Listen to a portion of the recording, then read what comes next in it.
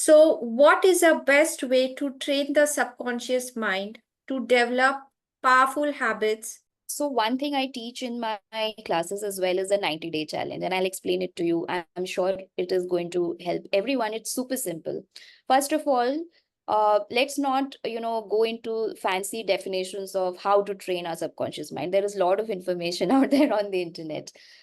For training your subconscious mind, one thing, very simple thing that you need to do, and the hardest one, is honoring your commitment. How do you show up and honor your commitment? So let's say I say, usually when we talk about to-do list and New Year resolutions, we always aim very high, very aspirational list, right? From tomorrow, I'll go to the gym.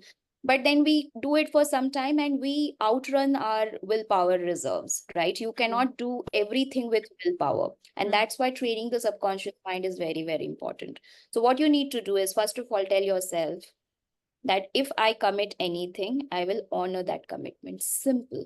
One thing. Okay. Now, the next thing, that is a practice that you need to do every day, is a 90-day challenge.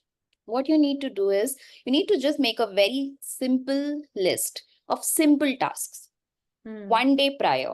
So for tomorrow, I'll make it in the night today. Okay. So simple task could be looking beautiful, feeling beautiful. It's very simple. If so, for me, if I put a lipstick, I feel very beautiful, very confident, and I'm good to go. Okay. Or brushing my teeth, something that you will do.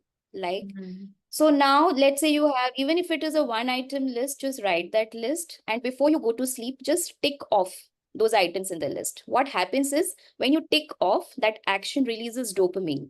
And when you release dopamine, what happens is your subconscious gets this message that Anuradha is super serious about this. Now, from tomorrow, let me make this happen for her. It won't happen immediately. It happens over, at least you need to do this task at least for 90 days. You need to continue with this practice. And once this algorithm is set in your brain, you can start inserting the aspirational items. Now, going to the gym, you can insert that item in that list. It works like magic. Uh, what strategies would you recommend for overcoming procrastination? First of all, even before a strategy, I would say that procrastination somewhere is 100% connected with low self-worth.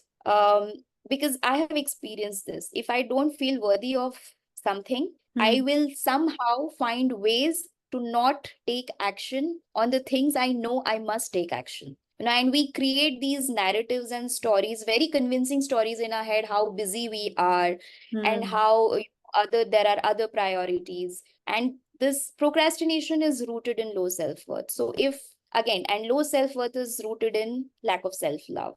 Self-love can be, generated through healing. So everything is connected. If somebody embarks on the path of healing, they will start working, by deepening their, self-love journey. You start feeling worthy. Procrastination gets taken care of on its own. So it's not a surface level issue that we think that we have low willpower. Like people say, right? I do not have good willpower. Yes. It's nothing like that. I am suffering from low self-worth is a better understanding of procrastination. Thank you. Thank you.